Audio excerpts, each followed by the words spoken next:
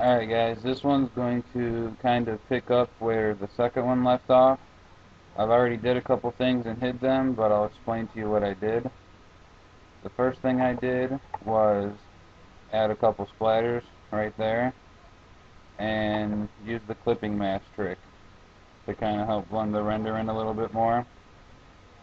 I also added a light source, which I'll take back to normal to show you, where I pretty much took a regular soft brush at 258 pixels and just randomly put some stuff on the sides. In order to make it look good, you're going to want to go with the option of overlay, and you'll see how that looks pretty good. Makes it lighten up a bit. And this is the takes me to the point where a lot of people are having problems and asking me a lot of questions, so I'm going to try to explain it in the best I can. This little half circle right here, the half black, half white circle, will be your adjustment layers. Personally, I like to use a couple gradient maps mixed with a few other things, maybe some photo filters and whatnot to help. We'll start off with the gradient map. I usually use ones like this one, the Romanian flag, the purple and orange, the black and white, and just different ones. We'll start off with the Romanian flag one, I like to call it, because it's blue, red, and white. There it is. We'll hide the window because I just think it gets in the way, and we'll start tweaking around with it. There's different ways to do this. You know, as you can see, everything does something different. I usually use screen or lighten. I'll probably use lighten on this one and change the opacity to about, I don't know, we'll say 18%. That looks about right. And it just adds a little bit more depth and helps blend it all in together. And then we'll use another one.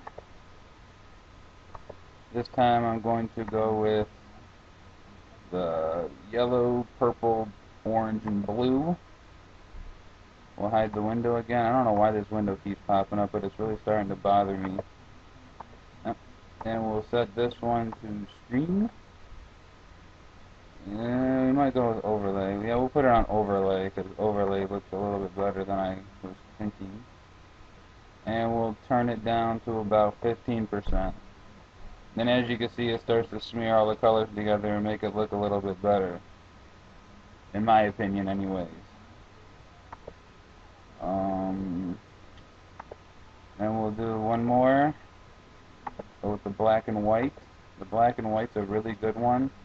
I use it a lot for a lot of just random blending that I have to do. This one I almost always put on lighten, because as it is a black and white one, it will help. And I'll put it at 25%. And if you look really carefully, you can see where the colors have changed throughout. Like right here, the colors have changed and kind of match our render a little bit better. So it makes it look good. The next adjustment layer I'll tell you guys about will be the photo filter. These are awesome. They work pretty much the same way a gradient map does, except it just adds a color to it. You got your warming, you got 3 warming filters, which pretty much all look the same, it looks. Cooling filters, and then your individual color filters. Since I used a green signature, we'll use a green photo filter. And that'll kind of give the whole thing a nice green color, like that. And we'll get rid of this window.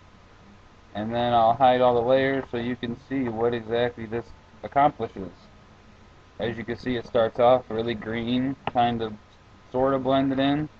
And as you add each gradient map in the final photo filter, you'll see that it blends it in a lot better. It adds more depth to it, more color. And yeah, and of course I have my regular copy of the render.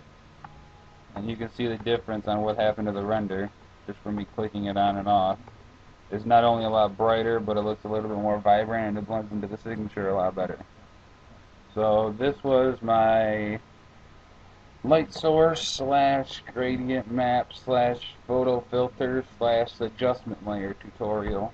And hopefully this will give you guys a better idea of what you need to do to help blend in images. And as you can see, we're starting to get a lot of layers going here. 15, 16, 17, 18, 19, 20. 20 layers to be exact so far. And that's still nowhere near done because I have a lot of negative space here I'm going to want to do something with, especially around here. That's why I kind of put it here. I know my text is probably going to go somewhere within this region, but I still want to do more to it. So, but this is where this one will leave off, and I probably won't put any more tutorials up using this signature because I'm going to finish it and post my outcome. And yeah, I'm looking forward to seeing your guys' outcomes as well now that you've learned a couple more techniques. And I'd really like to see what you guys come up with. So, until next time.